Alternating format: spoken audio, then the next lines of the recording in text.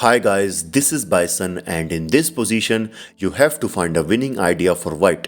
Take a moment, pause the video if you like to solve it. As you can see, black pawns are marching downwards and both rooks and both bishops are basically locked. They literally can't move. The black king is free, but white king is stuck on the d1 square. And here you have to find a way to checkmate black. This position is composed in a Halumbirek-style. The first idea that comes in our mind is trying to do this checkmate with our king and the queen. But guys, there is a problem. If you try to move this king to e2, but in reality this is losing because now black will promote to a queen with a check, as well as this dark square bishop is also targeting the queen. So that's why after king takes d1, simply bishop takes a5, a discover check, and clearly you can see this is completely losing for white. Okay, so let me step back for a second. Yup. So one thing is clear, that white cannot move the king at all. That means we have to deliver a mate by using only the queen. Now normally a lone queen cannot checkmate a king. You always need some support. But here it's still possible if we can force the black king into a position where it has no square left to run. And that's the key idea.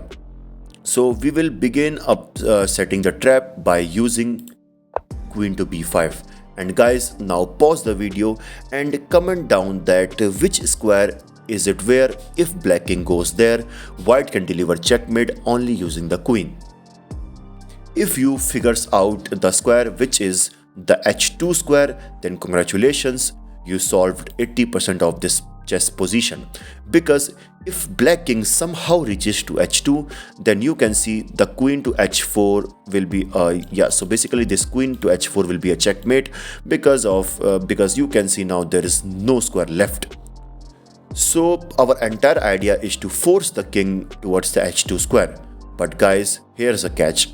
Black is not going to cooperate. Instead of walking towards h2, the king will try to run far as possible. So let's say if king to f6, but we are going to create a situation where the king is eventually forced towards the h2 square. But how we can do that? Let's see.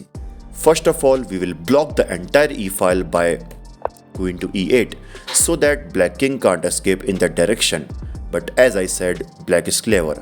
So instead of coming closer to our target, this king will run as far as possible with king to g7. But now we will give a check by queen to e7 and after king to h8. And guys, since this king is now struck near the corner of the board, what would you will play here? If you are thinking about giving a check, that's completely fine, but it's going to take a lot of time. I mean, after king to h7, if white gives another check, then this king will simply runs back to h8 again. So instead of wasting moves with a check, so the correct idea after king to h8 is queen to g5. And basically we are covering the g file so that this king can't go to g8. So that's why the only square left is king to h7. And now what? Guys, now we will go for queen to e5, taking away the h8 square, as this king will try to just run away from h2 square. So that's why this king will go to g8. And now queen to f6. Basically now we will take away the h8 square as well as this f file from the king so that this king can't go there. So now this king is forced to go to h7, and now comes queen to f8, taking away key squares so that this king can't go back. So not only this, so you can see now king to g6 is left, and now queen to e7.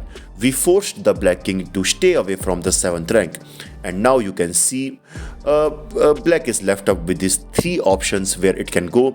And as I told you earlier, that black will not go closer to the h2 square, so that's why he will definitely go for king to f5. And now we will just go for queen to f6. and you can see we created a triangle, and now this king will stay inside the triangle. And as I said, this king will try to get far as possible from the h2 square, so he will go for king to e4. And now what will you play here? And yes, now I think you all got the move. Yes, you are right, the move is queen to c5, covering these important files and squares so that this king can't run.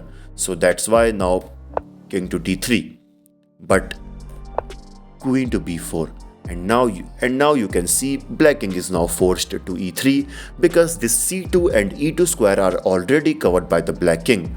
So that's why this king will go to e3, but we will simply go for queen to c4. We will force this king so that it can go there, but after king to f3, now simply queen to d4.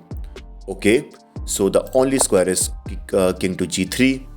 Now we will go for queen to e4, forcing this king to so that it can go to h3. And guys, now this is the main point. Do not blunder by queen to f4, because now there is no legal move left for black, so this position will be a stalemate. So that's why after king to h3, you have to be careful. So the correct move is giving a check from e6 square. And as black will try to get away from the h2 square, so he will definitely go for king to g3. And now this king will try to escape from the f4 square, so we will take it away by queen to f5. And since black has now two options, so black will definitely go for king to h4, but we will simply go for queen to g6. We will cover these squares, and now black king is forced to go to h3, and now queen to g5. And you can see now the only move left for this king is h2, and now we are successful in getting this king to h2. So that's why the final move will be queen to h4, and that will be a checkmate. And guys, let me know in the comments that how many of you are able to find this whole sequence. And I know some of you will comment that we will never get into we will never get this position in the real game. But guys, that's not the point. The point is to train your eyes to recognize these patterns. In chess, position keeps changing but pattern repeats. If you understand the idea behind this mating net, you will start spotting similar chances in your own games. And that's where the real rating improvement happens. Like this video, I will see you in the next one. This is your host Bison signing off. Bye bye.